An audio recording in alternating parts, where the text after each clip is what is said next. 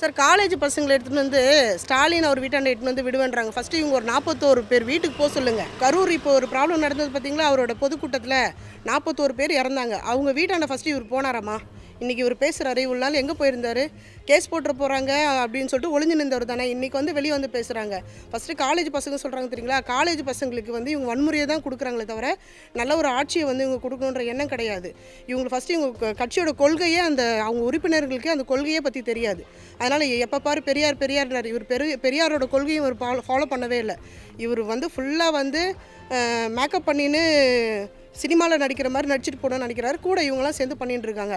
First இந்த யாரோ ஒருத்தர் பேசினார் ஆதவன்றீங்களே, அவரை ஃபஸ்ட்டு பப்ளிக்கில் கரூரில் நடந்து போக சொல்லுங்கள். அந்த 41 பேர் வீட்டுக்கும் போயிட்டு வந்துட்டு ஃபோட்டோ போட சொல்லுங்கள். அப்போ ஒத்துக்கிறோம். காலேஜ் பசங்களுக்கு ட்ரீட்மெண்ட் கொடுக்குறாங்க, என்ன வேணால் பண்ணட்டும் சார். அவங்களுக்கு எந்த விதத்துலேயும் அவங்க வரத்துக்கு ஒரு பாயிண்ட்டே கிடையாது சார். அவரை பேச வேணால் சொல்லுங்கள், இல்லைனா அவரை வர சொல்லுங்கள். நாங்கள் பேசுகிறோம், எல்லா மகளிரும் சேர்ந்து நாங்கள் அவர்கிட்ட பேசுகிறோம். எந்த காலேஜ் பசங்களை கூப்பிட்டு வராங்க நாங்கள் பார்க்குறோம். இந்த வாட்டி 26 வந்து யார் முதல்வராக வரப்போகிறாங்கன்றது நாங்கள் அவங்களுக்கு வந்து பாடம் புகட்டோம் சார். இவங்க யார் ஃபஸ்ட்டு அதை நிறுத்துறதுக்கு? எங்களோட வரி பணத்தில் எங்களுக்கு உண்டான சலுகையை வந்து நாங்கள் அனுபவிச்சுட்ருக்கோம். இவங்களுக்கு அதுக்கு தகுதியே கிடையாது. இவங்க வந்து ஃபஸ்ட்டு ஓட்டு ஒரு டெபாசிட்டாவது வாங்குவாங்களா பாருங்கள் சார்.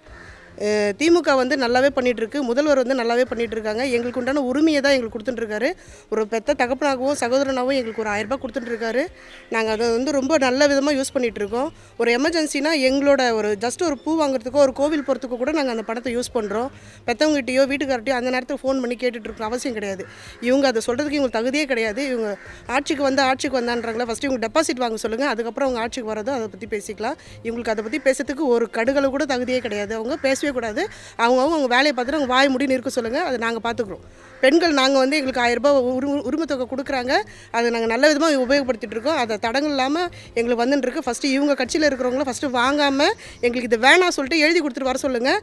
அதை வந்து ஊர்ஜிதமாக ஆன்லைனில் விட சொல்லுங்கள். அதை நாங்கள் பார்த்துட்டு அதுக்கப்புறம் நாங்கள் எங்கள் முடிவு எடுப்போம். இந்த முதல்வர் வந்து எங்களுக்கு நல்லா பண்ணிகிட்ருக்காரு. எங்களுக்கு 1000 ரூபாய் இது வேணும் சார், கண்டிப்பாக இது எங்களுக்கு வேணும்.